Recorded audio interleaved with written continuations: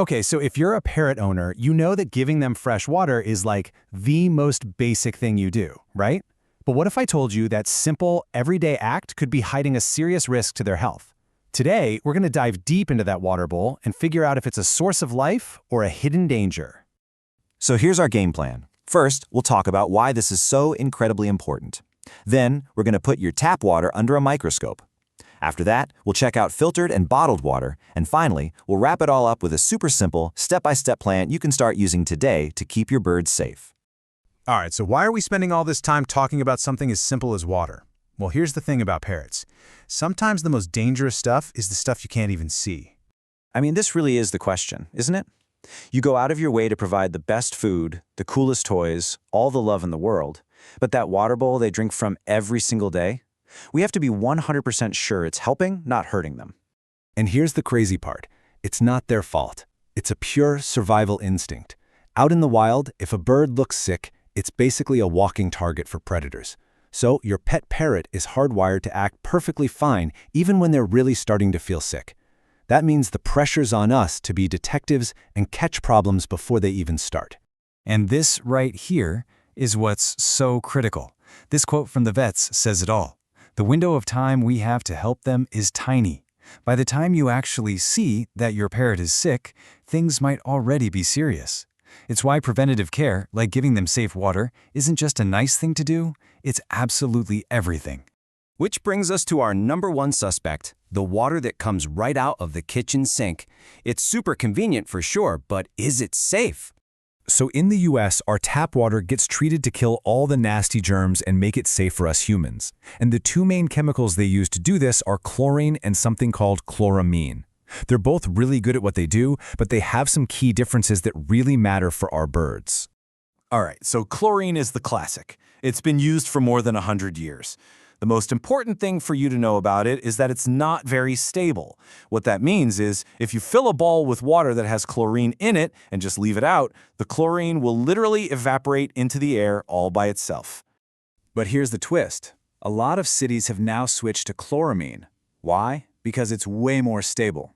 That's awesome for keeping the water clean all the way to your house, but it creates a brand new problem for us. Because unlike chlorine, chloramine does not just disappear if you let the water sit out. It stays right there. So what can you actually do about it? Well, check this out. Letting the water stand for a day, that only works if your city uses chlorine. If they use chloramine, that method is totally useless. Now, boiling the water for about 15 minutes works for both, but man, that's a pain and you have to wait for it to cool down. This is exactly why specialized filters, especially the activated carbon kind, are often the best and easiest way to get rid of both of them. And let's be real, who has time to boil water for their bird every day? That's why so many parrot owners and experts land on what is probably the most reliable middle ground, getting a good water filter. You know, the beauty of a good filter is that it's smart. It's kind of like a bouncer at a club. It's designed to kick out the bad stuff, like the chlorine and any heavy metals from old pipes, while letting the good stuff, like the healthy, natural minerals, right on through. But hey, not all filters are created equal. Your basic pitcher with a carbon filter, that's good for chlorine. Ceramic filters are great for getting rid of bacteria. And then you have the heavyweight champion, reverse osmosis, or RO.